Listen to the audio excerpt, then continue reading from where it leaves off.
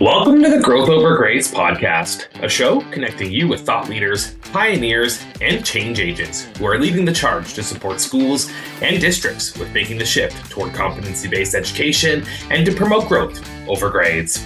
I'm Jordan Lewis, and on the show today, we have two visionary leaders from the Education Research and Development Institute, or ERDI, CEO and President Jen Ferrari, and Chief Education Officer Jeff McCoy.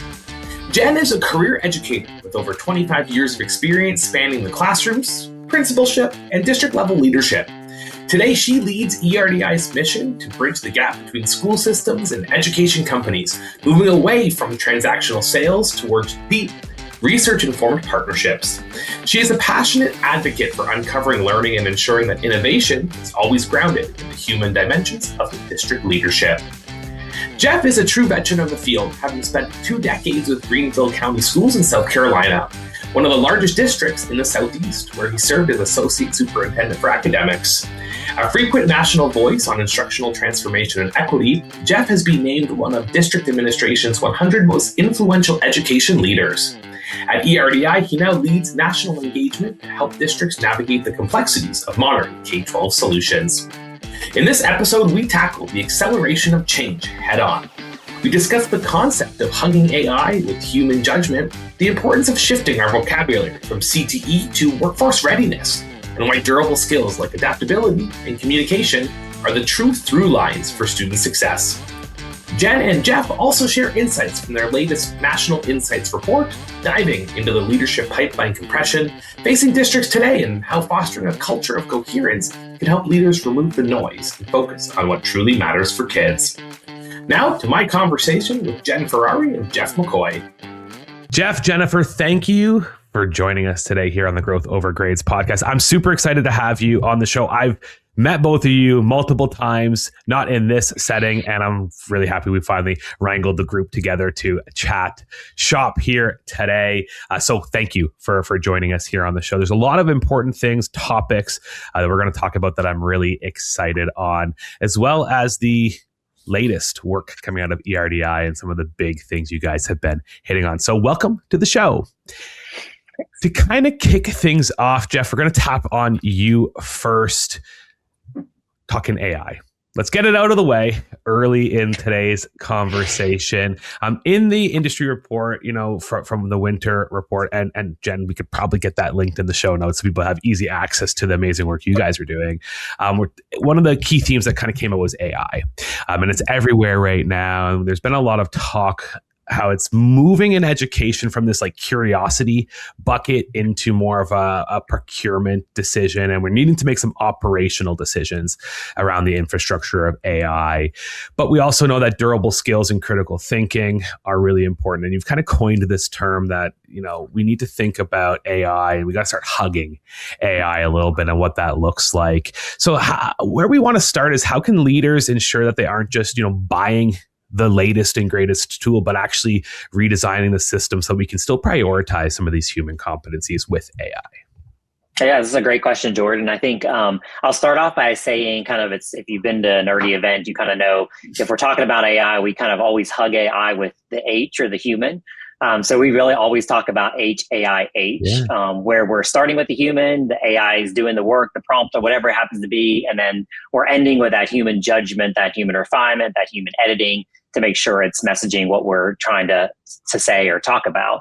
But I think in this, as you mentioned, kind of as we're building out and districts are kind of looking at more tools, and of course the AI market is full of AI tools that are out there, some that are integrated, some that are standalone.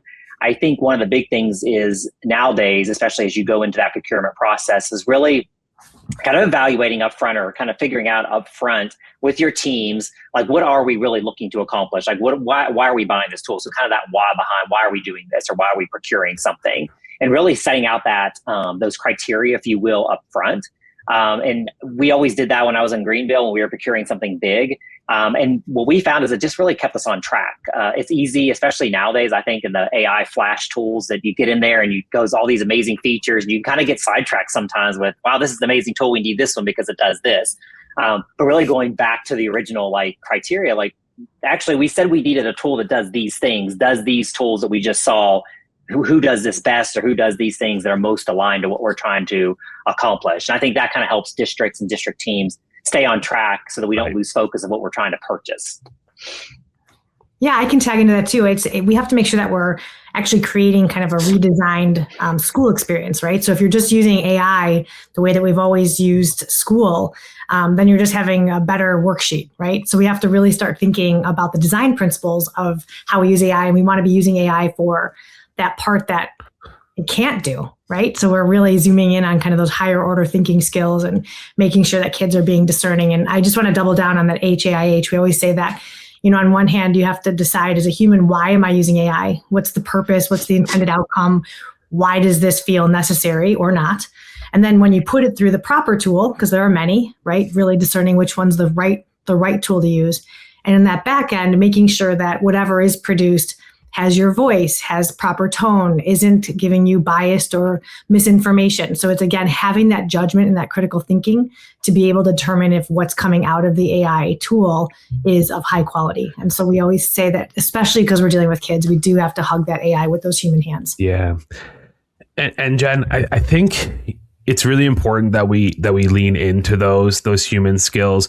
We recently had a guest on the show who was an AI specialist with the Utah Department of Education, and he has been speaking about AI as a creativity engine and coining that sort of phrase around it.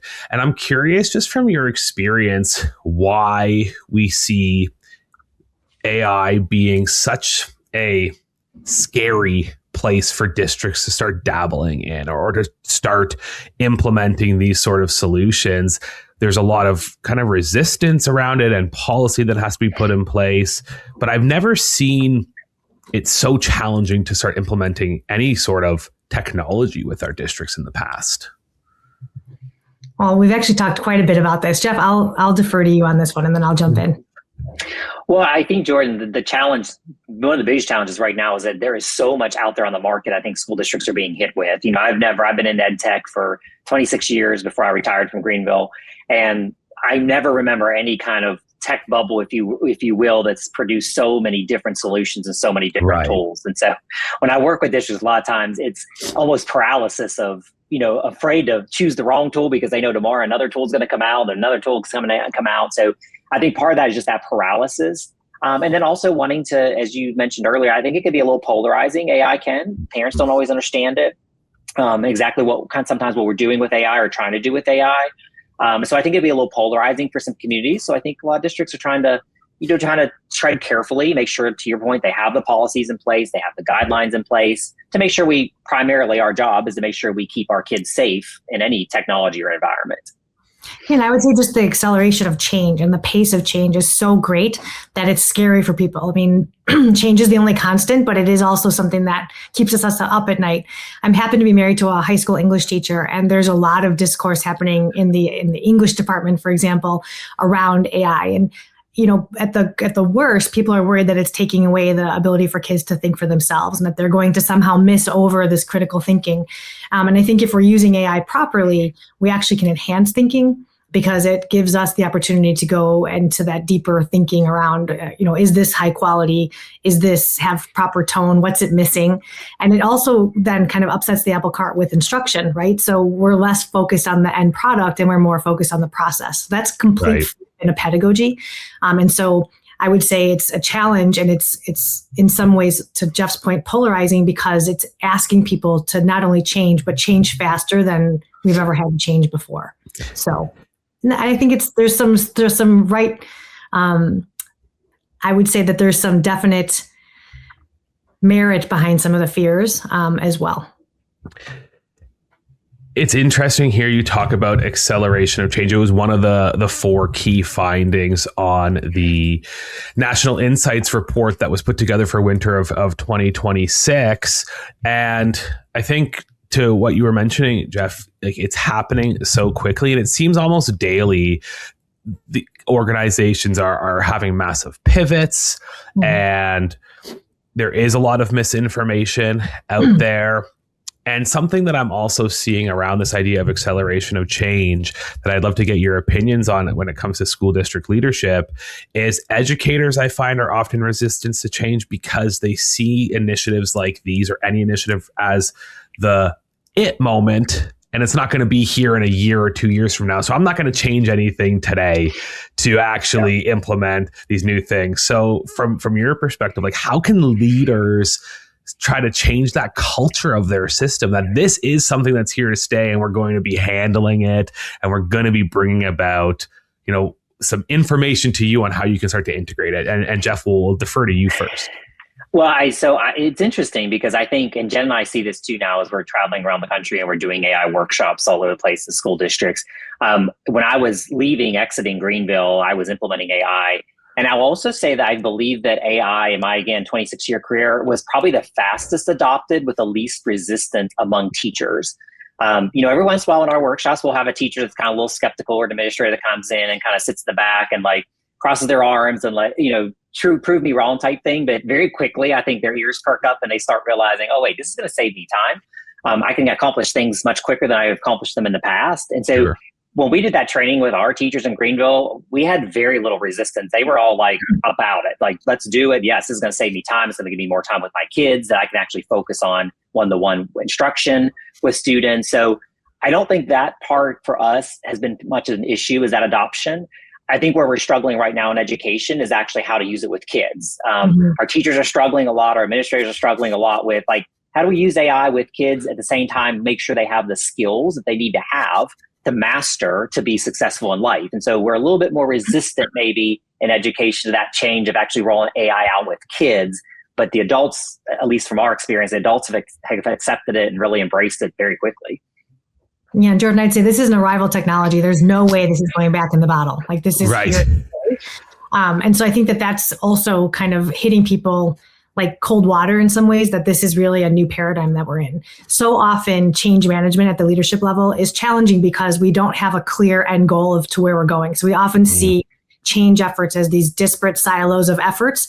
I always say it's like these arrows of excellence are all happening in tandem, but they're pointing in different cardinal directions. And so you often stay in neutral because you're not able to really advance toward a common goal.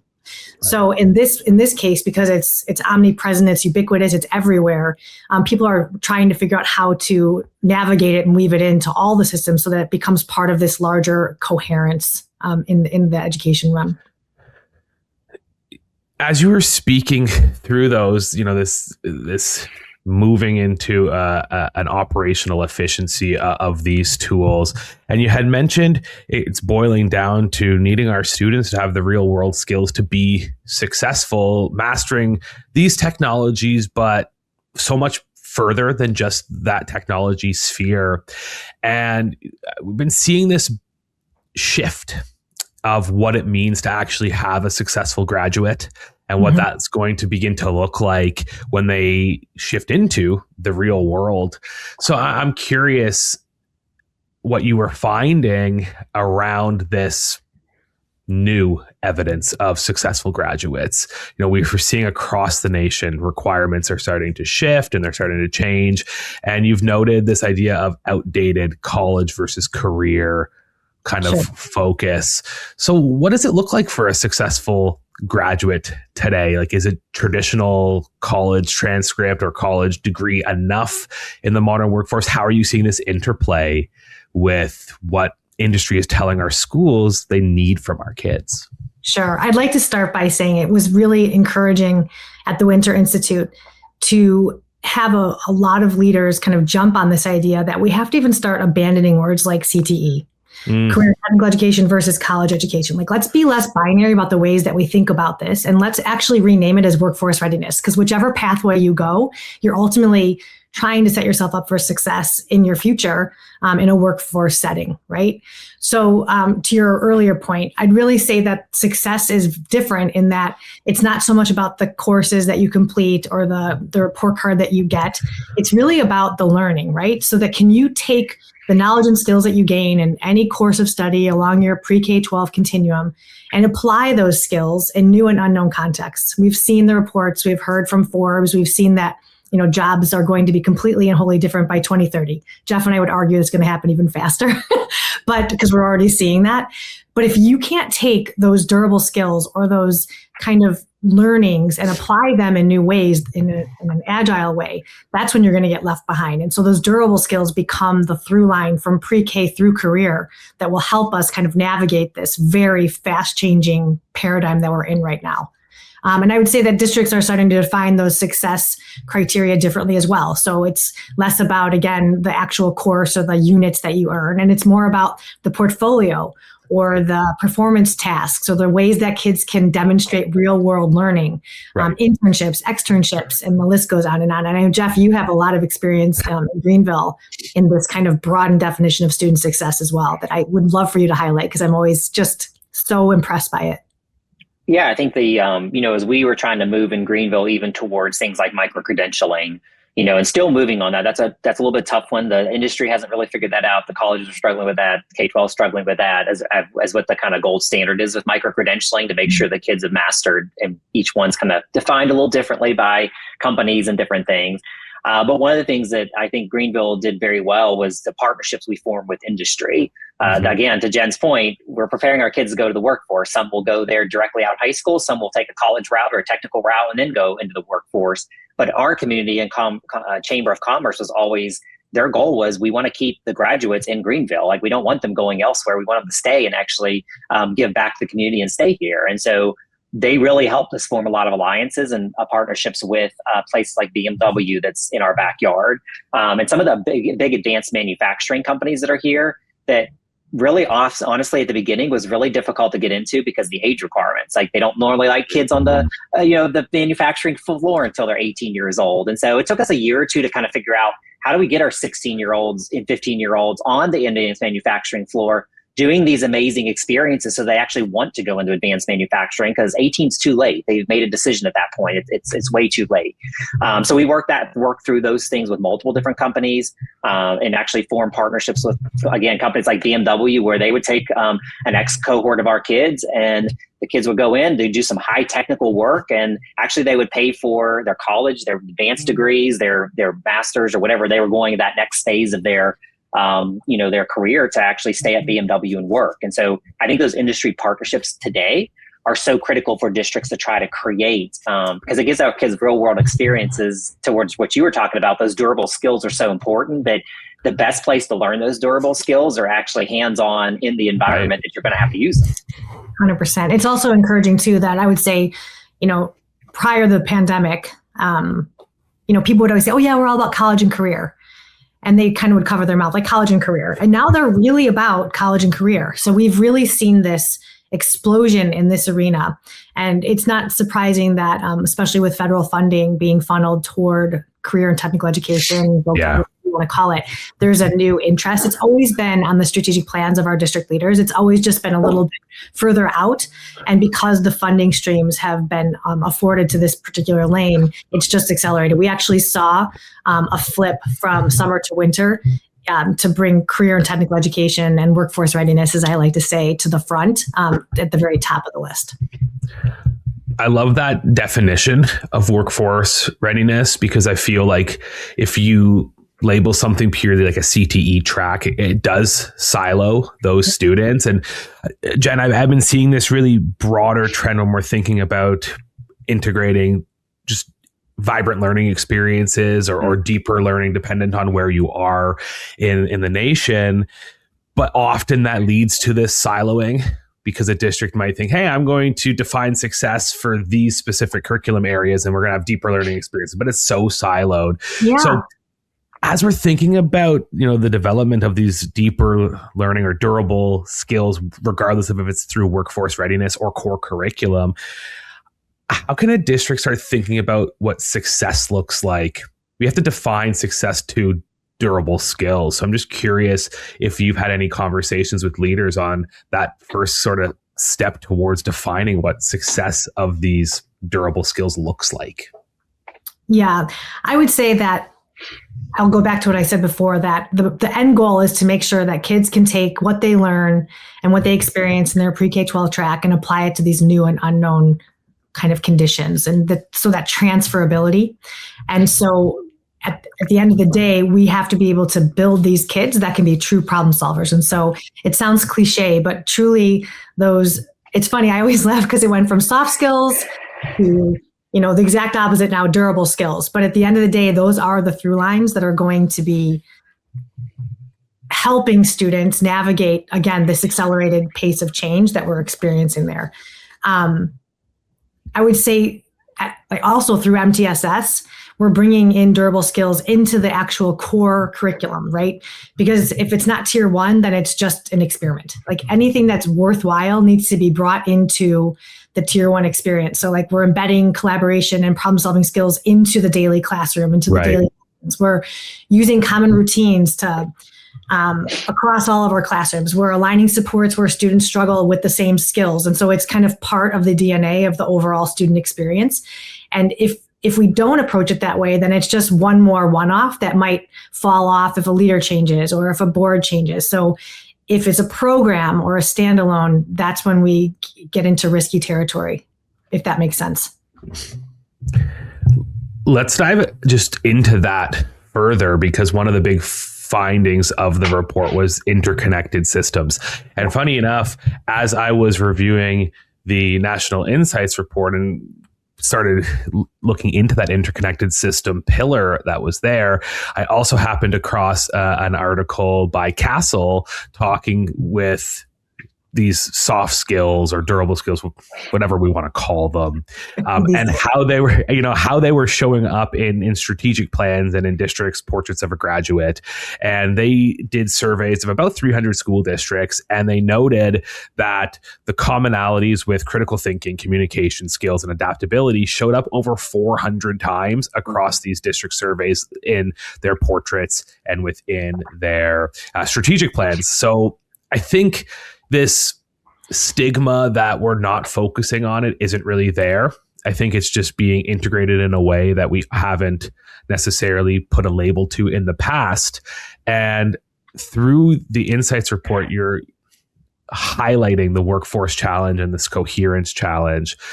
And I'm just curious how we're kind of going deeper with the tier 1 instruction. Like, how are districts embedding these so it's not just like that extra layer we were talking about?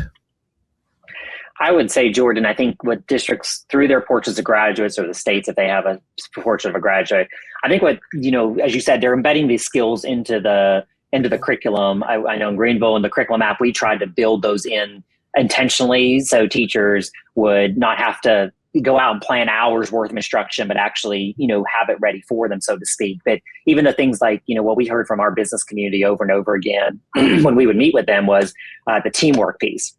Yeah. Communication with teamwork. That's our kids. Right. I remember 10 years ago meeting with business, and that's, they had nothing but high marks for us on academics, and the kids came out prepared. They knew their academics, they knew all that, but they said the skills of actually in a team, communicating in a team, they're like, really, like, we got to figure out how to get kids more access to those types of skills that they have time to practice before they get to workforce.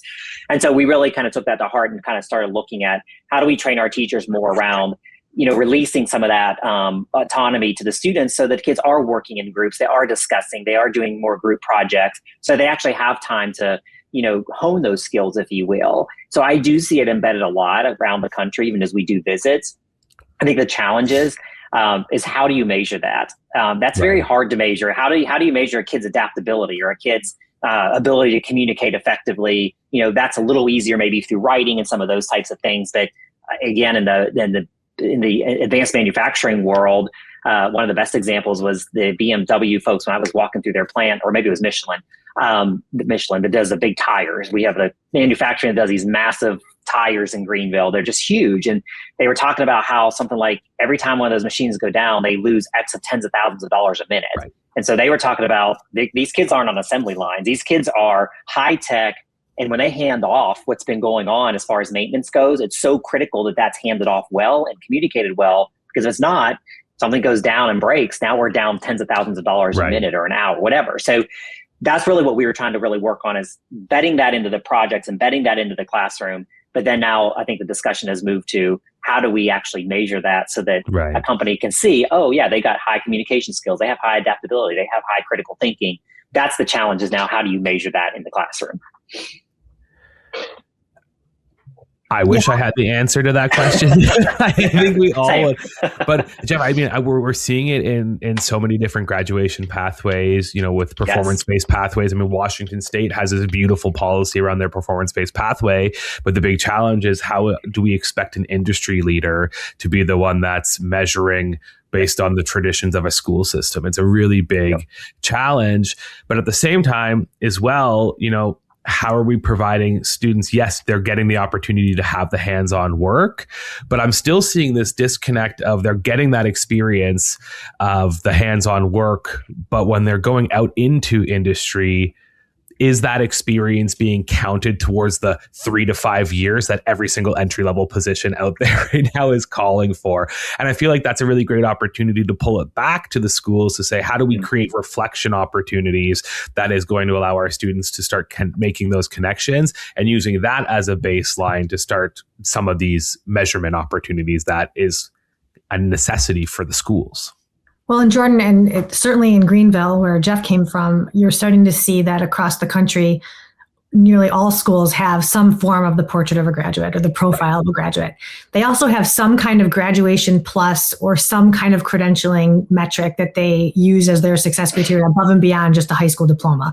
So whether it's a workforce credential or if it's an internship or an externship that you can speak to from a hands-on real world experience and or an associate's degree, we're starting to see that being prioritized across all systems. And so to your point, with any luck, and it's my great hope that kids will walk away from that high school experience with, applicable experience or credentials that they can use for pathways into those places or into even the 4-year college, because you'll have those associate's degrees that are transferable. So that's definitely a piece of the pie, but it's also kind of going into deep pedagogy here, right? For so long, we were a system of coverage. You had to get through the lesson. You had to get through the material. You had to get through the course. And I'm seeing, and I hope that we'll continue to see more of an uncoverage, like going into my deep Wiggins and McTighe work, like learning is uncovering and it's an inductive process that kids then ultimately can apply to new and unknown contexts. And at the end of the day, that is the success. It's hard to put numbers on it though. I almost just don't want us to put numbers on it. Like, why do we have to put numbers on everything? For who? Who does that serve? Right. It And doesn't. But unfortunately, that's the way the system works right now. So doubling down on things like portfolios or being able to defend an idea or to do a TED Talk on a new discovery that you made or a PSA for something that you strongly believe in, those kind of performance tasks are definitely having much more kind of heft in a student's portfolio than ever before. 100%. And it kind of segues into a curiosity that I have within the Insights report. You spoke about as a team this idea of reclaiming the narrative around public education. And I'm curious if you've heard from leaders how they're balancing the public's perception that perhaps these new experiences are not academically rigorous enough. I've heard that term quite often. It's a competency-based system isn't academically rigorous enough. Yet, research shows it is in fact more academically rigorous, but the families aren't familiar with the methods of measurement. So I would just love to hear your opinions on how you're seeing school systems kind of reclaim this narrative around public education and some of the changes that we're seeing happening. This has been kind of the core of our work for the last 5 years. And the story's been co-opted in many ways around public ed. And so there's definitely a call to an action right now among district leaders to do a better job, not just of telling stories, but actually showing ways that kids are prepared for a quick changing but bright future for them, right?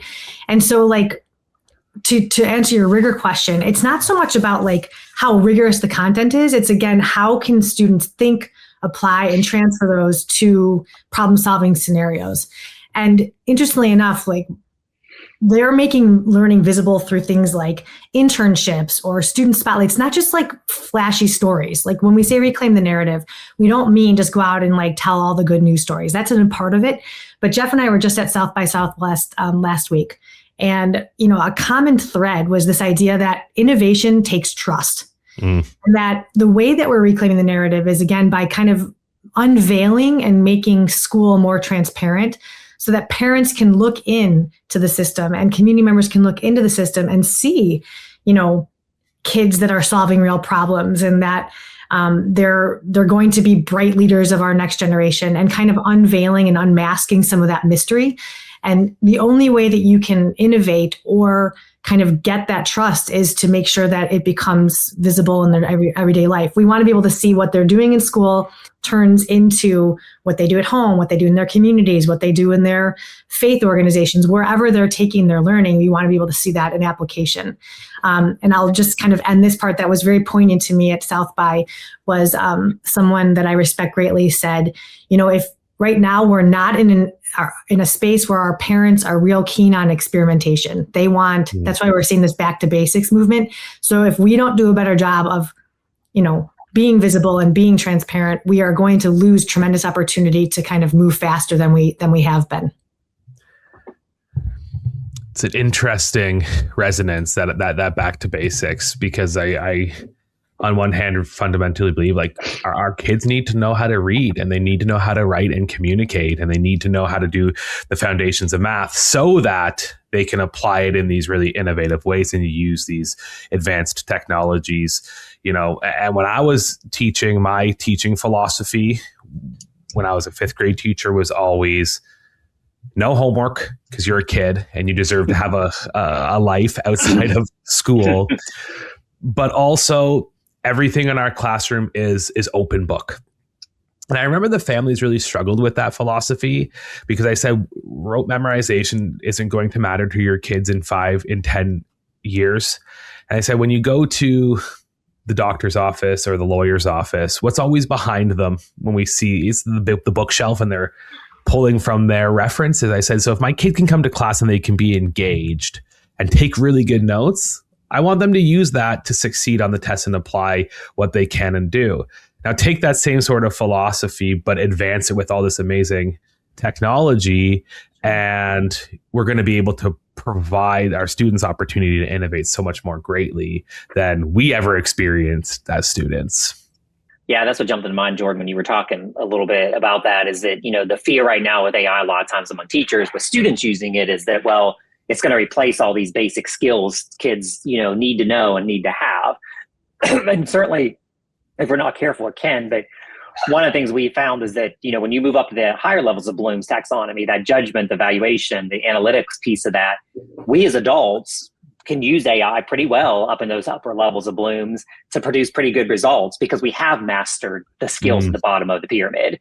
And so, but if we skip that step, if kids aren't mastering those skills at the bottom of the pyramid, they're going to really struggle to use it effectively, AI, in those upper levels of the pyramid. You have to, Jen and I were both English teachers, you have to know how to write, and you have to know the mechanics of writing in order to actually evaluate what AI kicks out to say, this is not exactly what I was looking for, the tone's not quite right, or it's not using this.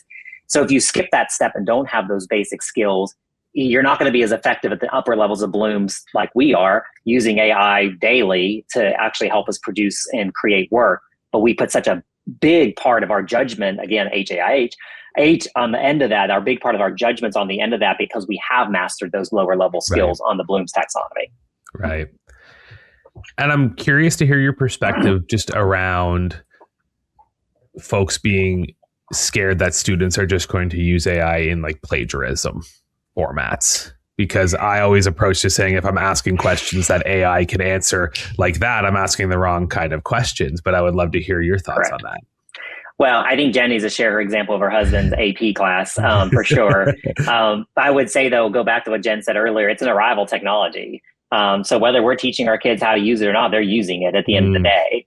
And so I think, again, there's a lot of, you can pull the research we use from RAND and some of those other places that, say that if you, like everything else, I mean, you trust kids to use it. Some obviously are going to always use it for the way they should. And just like every technology, any tool that we give kids, but really educating kids on the use of AI, how to get the most out of it is really where we need to be doing. And I think trying to redesign our winter focus was kind of more on, are we trying to force AI into an educational system that needs to be redesigned?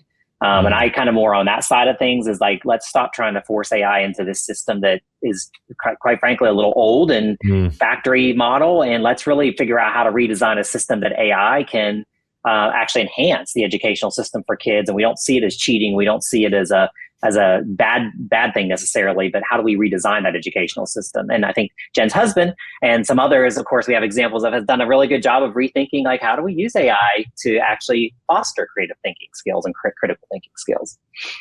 Yeah, thanks, Jeff, for the tee up. I love that. And I'm happy to share that. But I always like to set this in kind of a way that parents can kind of take this into their own thinking. And it's like, we've tried desperately over the course of the last several decades to just stop the progress. So for a while, people were trying to turn off spell check, and they were trying to turn off grammar, checks. And then they were trying to turn off translation mechanisms because that was cheating, or we weren't, enforcing that skill building. And each time that we've overcome that, I mean, heck, people were trying to take away calculators. They were trying to make kids stay on the abacus. Like, this is not a new concept.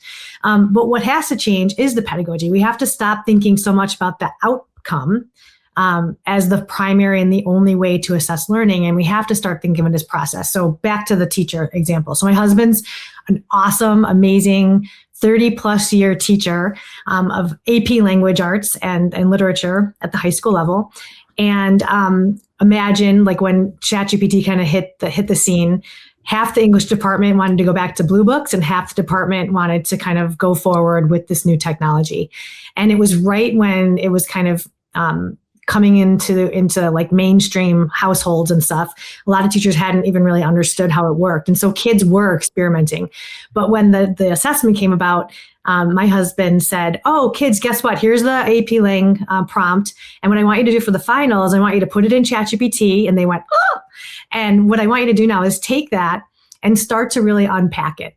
And what they quickly noticed, which we all do, especially those of us who can discern good quality or not good quality, is that it was very linear. There was no staggered sentences. They did not have, examples of literary devices that were woven in. The voice felt flat. And so what was great is the kids then started to take their rubric, the learnings from the year, apply it to the AI generated answer, which by the book really kind of covered all the rubric points, but sounded like AI, right? And what they did is they made changes. They were super discerning. They were very critical. And at the end, they had to defend the new piece and talk about the changes. And he said, frankly, it was some of the best writing and ability, and it was some of the best writing he'd experienced from his students, and the kids were able to talk about what made it good. And so that was just a shift of a mindset. It was just kind of turning it up outside itself, and it was very, very helpful, and they continue to do that kind of work. So now it's very process-oriented and defense-oriented. And would be really easy to create opportunity for students to reflect on those durable skills we've talked so much about that they're gaining through that experience. Correct. Absolutely. So that's why I love being able to have conversations like this, because we're not recreating the wheel to move the system forward.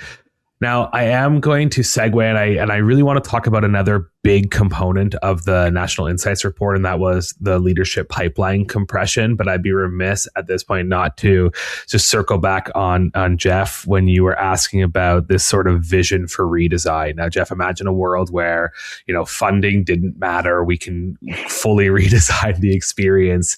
Like, what are some of the things that come top of mind for you when you think about redesigning school today?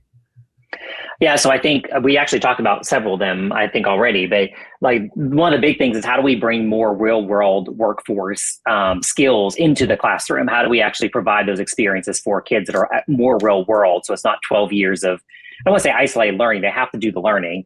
We have to obviously learn skills and things like that. But how do we make that more relevant to what they're going to do in their real life? I mean, that's what our kids say too. There's tons of polls out there that say kids don't find school relevant. They don't see what the advantage is in their future. And so helping the kids by redesigning those experiences, I think, we have some project-based learning out there. I think even more of that. And we don't have that widespread yet, but our kids, I did project-based learning with my kids. That was always the kids' favorite part when we were able to do project-based learning. And it was unscripted, so to speak. It wasn't sitting in a desk taking notes. It was actually up and doing and thinking and all of that. So I think just that, rethinking about how do we get our kids really engaged And I think that's an answer for, to a degree, to take to our kids, our question rather, to take to our kids. I think our kids were always very insightful. We met with them once a month, our inter-high council in Greenville.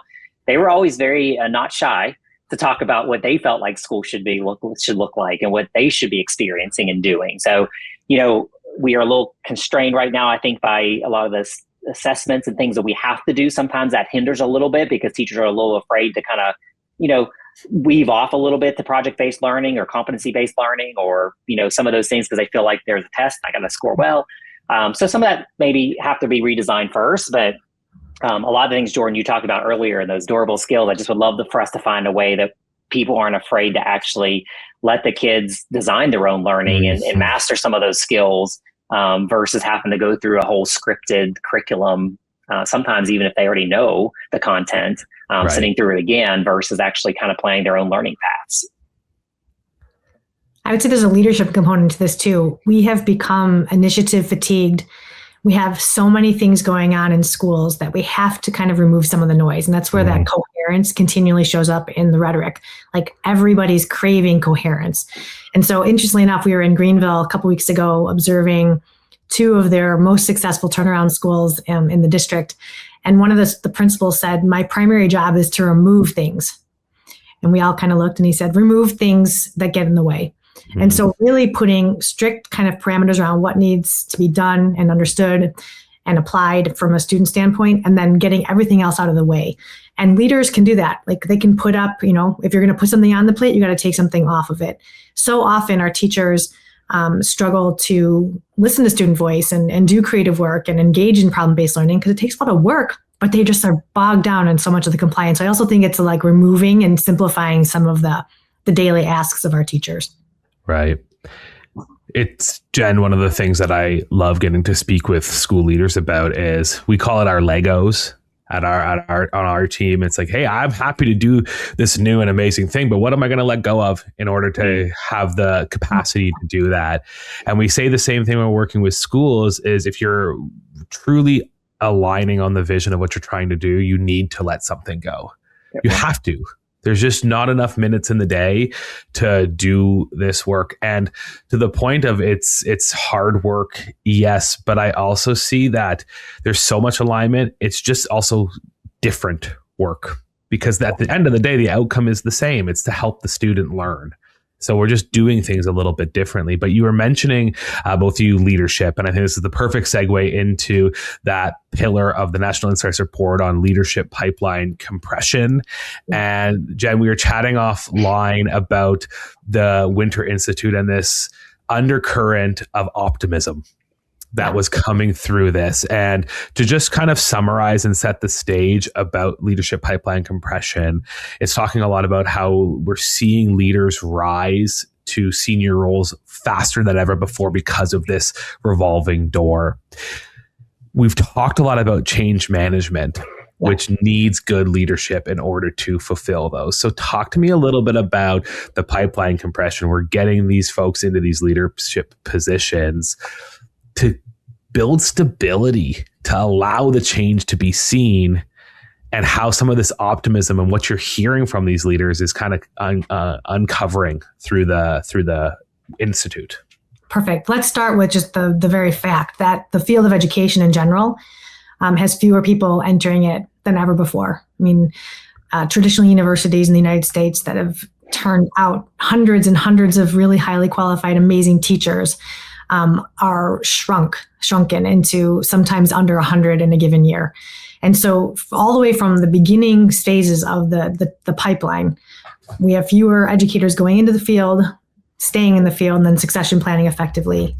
And what that's done to the leadership kind of level is it's taking people that were, for example, one day a teacher, the next day a principal, the next day they're practically an assistant sup, and then they're a superintendent. Sometimes that compression of jumping up the ladder has gone so quickly that it's not that we don't have very bright people in these leadership roles. It's that they have no experience and very little kind of just industry know-how and how to navigate some of these places. And so they're making, mistakes that sometimes aren't made by senior leaders just because of the fact that they have more experience. And so what we're having to do is we're having to scaffold supports at every level of the organization.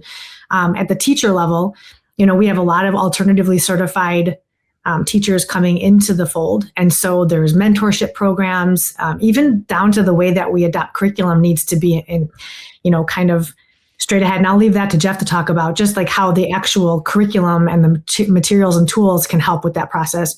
But specifically looking at the leadership level, we're needing all parts of the ecosystem to work together. So as districts are adopting tools and resources, they have to be able to rely on those companies, if you will, to almost serve as thought partners, coaches, and mentors from the outside in. And we have to start thinking of this less as like a one-way street or a transaction, and it has to be much more back and forth. So leaders are needing mentors, they're needing coaches, they're needing guidance and thought partners on the side. And we've seen in our work where we kind of have this intersection between district leaders and companies that are serving pre-K-12, that this very natural and authentic relationship that's happening is where they're actually offering support from the outside in. And that's one of the ways that companies are supporting that compression. Now, the optimism part, it was something that I was very happy to see and feel. It was mentioned many, many times. It's not that leaders are not still challenged with so many, moving parts, and the climate and the world right now feels a little bit off. But they feel more focused in many ways than ever before, and they're head down and they're getting down to business. Where I'm exiting the sampling stage of kind of curriculum where like, let's see what works. And now it's like, we know we've got a job to do. They're being held extremely highly accountable to certain outcomes. And so with a head down approach, with noise being removed, with good partnership with companies and with their, stakeholder groups, they're redesigning systems to like really meet the goal despite the complexities. I know there's a pretty long-winded answer, but there definitely was like we got this. We're struggling, but we are not giving up. There's more conviction than ever before. Yeah, and I'll just say, I think a lot of districts are, again, being resourceful. A lot of districts are building their own pipeline. Not waiting for that to happen and come to them. They're having to actually tap teachers on the shoulder and say, hey, I think you'd be a great assistant principal, and tap assistant principals. I think you'd be a great principal in here. And actually then building academies. Greenville had many, and many districts across the country have academies that they actually use to prepare people for that next level of leadership, or while they're in that leadership, they have a support system that year for that level of leadership. And I agree with what Jen said about the companies. And I'll also say organizations like ours, and others around the country that, some of my best colleagues around the country I've been attending ERDI for like 12 years. Jen and I started together as assistant superintendents attending. And so being able to meet colleagues that are doing the same work you're doing, that maybe are a little more experienced than you are, to be able to sometimes reach out. It's a lonely position in senior leaders. There's only one of you in the district, whether it's chief academic officer, chief HR officer, superintendent.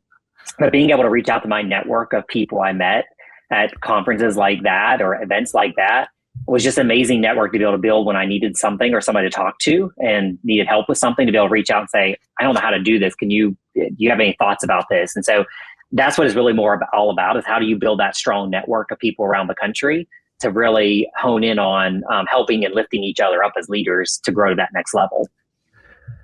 Yeah. And Jeff, you mentioned something just worth double clicking on, the idea of the identity of the leader is so lonely. And one of the reasons why I've personally loved getting to work with ERDI is the space that you create for that safety for leaders to be vulnerable and to actually outline challenges and brainstorm collaboratively solutions to it and make connections. I mean, the statement of the leadership loneliness just makes me think of ERDI alumni with Damien LaCroix. Shout out to Damien, friend of the show. And we've done sessions together on leadership loneliness and what that's looking like. And it's just bringing the community together to create a mentorship network and to lean on each other collectively rather than feeling the need to be isolated and independent. Yeah, that's been the core of our work, Jordan. That is, of course, like a personal life mission, is to create space and place for excellent thinkers to come together to really both reveal challenges, but then also accept support and help in solving those challenges. And it's a pretty magical thing when you get, 2, 3, 4 people in a conversation around a topic, that becomes the true definition of synergy, where like 1 + 1 really equals 3. And that is, it's the time and the effort that you have to kind of protect to get to that level, though. Well, and I think, Jen, we've, spoken a lot from the angle of being the education leader in that space, but there's also so much tremendous value for the companies to be participating in those conversations for multiple reasons.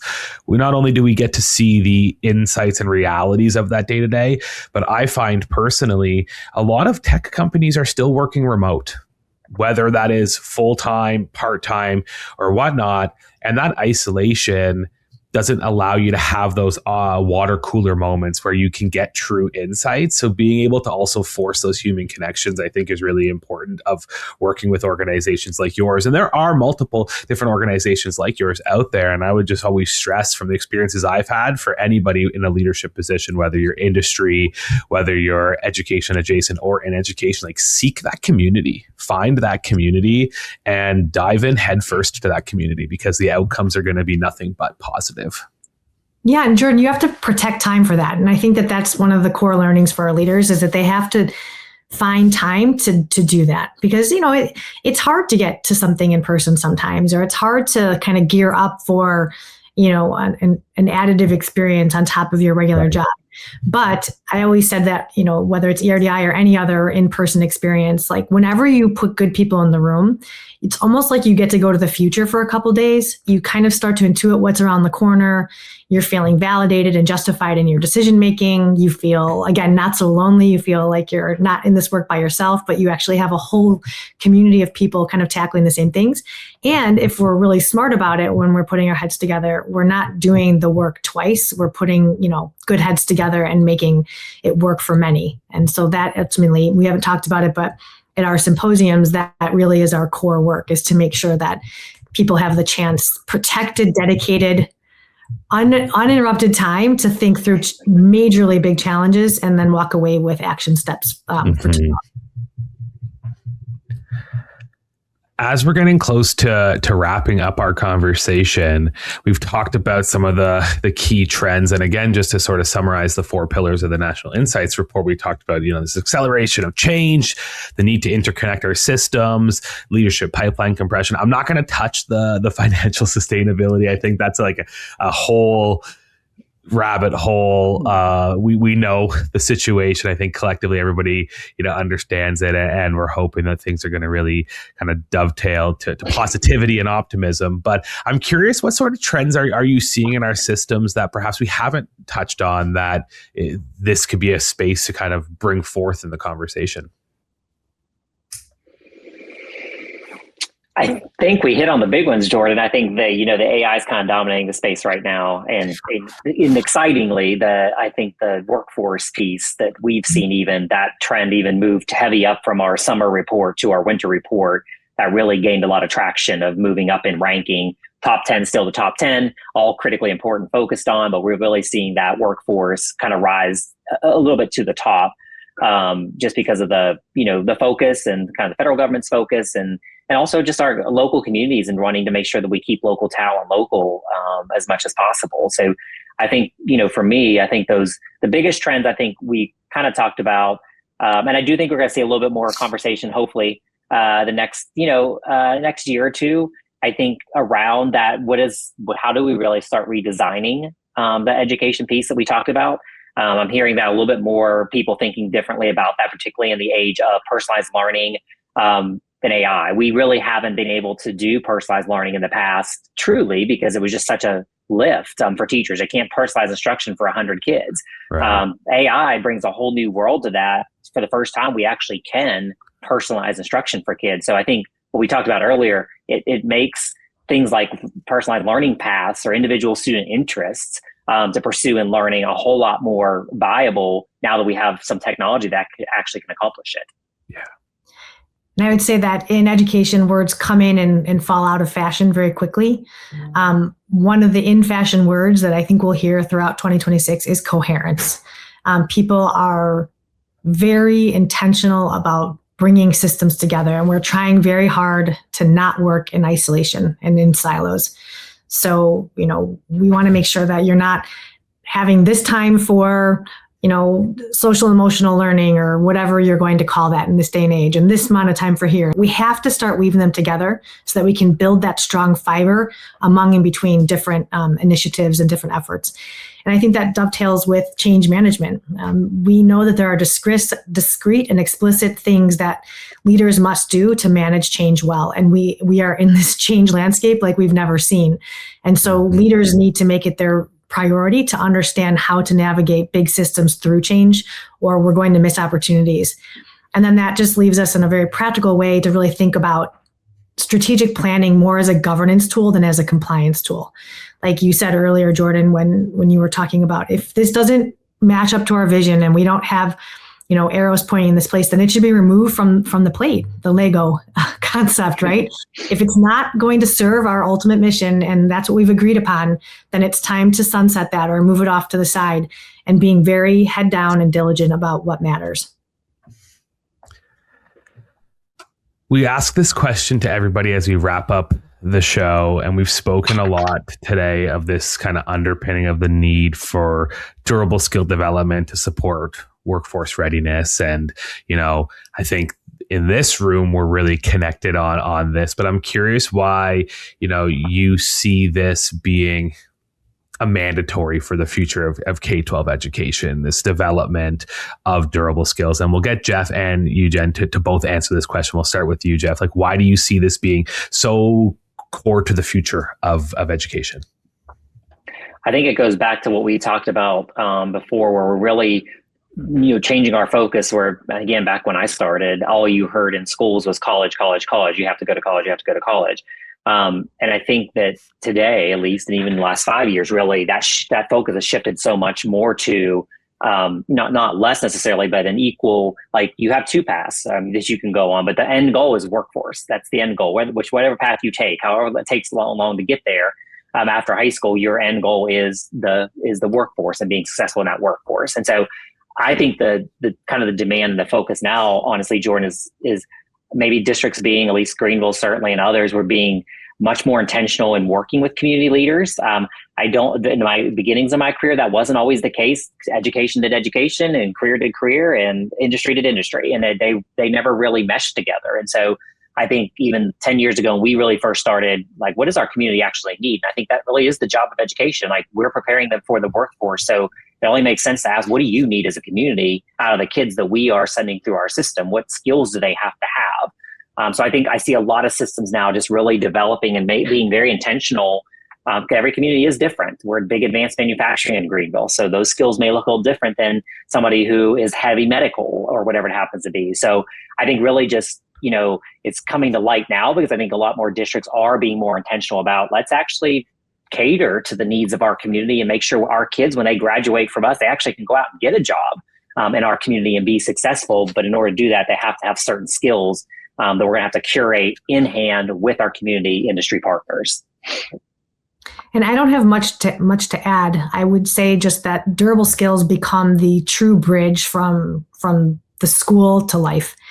And as we look forward, especially with AI enhanced tools and workforce and work products, more than ever, it's that human side that's going to have to carry us through these massive change and seismic shifts in the world that's happening right now.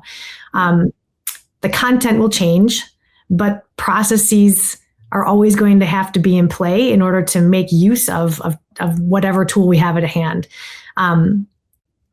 And I have to say, I'm really optimistic. I have the great joy of having 2 Gen Z kids, and they are so smart. And I feel like we're in such good hands with our youth. The more we can tap into them to help us help them navigate these changes, the better. And the future is truly bright with the kids at the center. We're talking about creating the true bridge between school and life. Jen, Jeff, thank you so much for joining us here today on the show. It's a pleasure. That was the CEO and President, Jen Ferrari, and Chief Education Officer, Jeff McCoy, Education Research and Development Institute. Hey, thanks for listening to the show, and please make sure to hit the follow button on your podcast app so you never miss an episode. I'm Jordan Lewis, and you've been listening to the Growth Over Grades podcast.